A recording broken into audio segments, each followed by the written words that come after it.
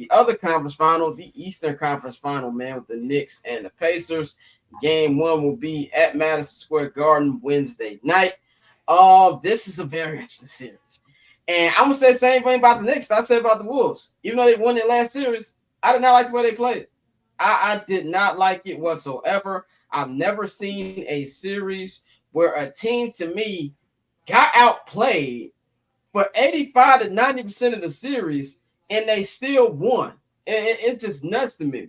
So from that perspective, I feel like, they're not going to face the same defense. I do think Indiana's a really good defensive team, but they're not what the Celtics are.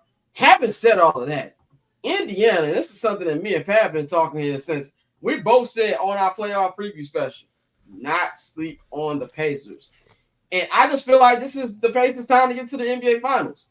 They went to the East Conference Finals last year, even though I think they got swept or lost in 5. Tyrese Halliburton was hurt. And this was something where, even though he was hurt, every series was pretty much competitive for the most part. So I think they'll be ready. They know they can beat this team because they beat them last year. They're going to accept that villain role. And I just think they're front to back, they're a better basketball team. I do believe that this, y'all know, I think the NBA is rigged. There will be some theatrics at play with, like Pav said, you gotta win by 15 just to win by 2. I think there's going to be a little bit of that. But I got Pacers in 6. And I feel really, really confident about that. Not that I would be surprised if the Knicks won, but it's just too deep of a team. Miles Turner was incredible in that last series. It really feels like Pascal Siakam in year 2 is just way more comfortable with the Pacers than he was last year. And then from a coaching aspect, I love Tibbs. Tibbs is, I enjoyed the time we had him coaching the Bulls. But I think Rick Carlisle is just a way better coach. And this is where the Knicks have to protect home court. They can't allow them to come in there, even though the Knicks have not played well at Madison Square Garden in the playoffs. Both Detroit and Boston got some dubs there. I just feel like front to back, this is a better team. I'm going Pacers in 6, and I got Tyrese Halliburton will be the Eastern Conference Finals MVP. I forgot they had those things, so my West Finals MVP will be Shai Gilgeous-Alexander. Pat, how you see this East series going? I think this is it can kind of go either way. I think Brunson's probably the best player in the series, but I think that top to bottom, the Pacers have the best team. Same situation with the Thunder, right? Like the Pacers can legitimately go, like they play 10 guys in the playoffs, which is really weird. Like you usually don't see teams playing 10 guys in the playoffs, which they do. They use their bench. So sometimes at the end of games, their guys are just fresher than them. The Knicks, how many playable players do they have? 7? Maybe 7. Like obviously Mitchell Robinson has been great. Mitchell Robinson has been incredible. You got Miles McBride, and maybe you could do Precious. So maybe you got 8. Maybe you got 8 on like a good day. But the Pacers legitimately have 10. But it's tricky because like I know the Pacers beat the Cavs, but they beat a broken down Cavs team, bro. Like Darius Garland couldn't really move. Donovan Mitchell looked like he was about to die on the court after every game. Evan Mobley, he missed the game. And the Knicks, yes, they did beat the Celtics, but I'm with you. Like, I don't think the Celtics should have lost. I think the Celtics losing that series was stupid, bro. We didn't know that Jaylen Brown was playing with a torn meniscus. Whatever it was.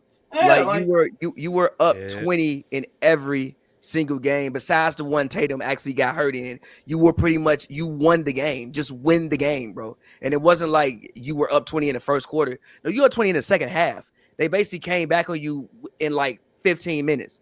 So I think both of these teams left a little something to be desired in their last series. But again, they're both in the conference finals, so they did something correct. But having said all of that, I think I'm gonna go with the Pacers in like 6 games, just because I think that they are the deeper team, and with how hard the Knicks are gonna have to play, I think that the Pacers can kind of just run them off the court, kind of sort of. So, and we got to remember, last year Tyrese had a hamstring, and they still won that series in 7. Oh, he did. He's healthy this year. Now, granted, they didn't. He had a hamstring, and Mathurin was out all playoffs. Now, granted, they didn't have Cat, and OG got hurt, but OG got hurt. I think that was Julius hurt too. Julius was hurt too. Yeah. But I think OG getting hurt was a fatigue injury. It was a hamstring injury. I think it was a fatigue injury because of the way that the Pacers play basketball. So I think the Pacers win in 6. I think they eventually just find a way to run them off the court because they have more bodies. Bang, what's your prediction for Pacers and Knicks?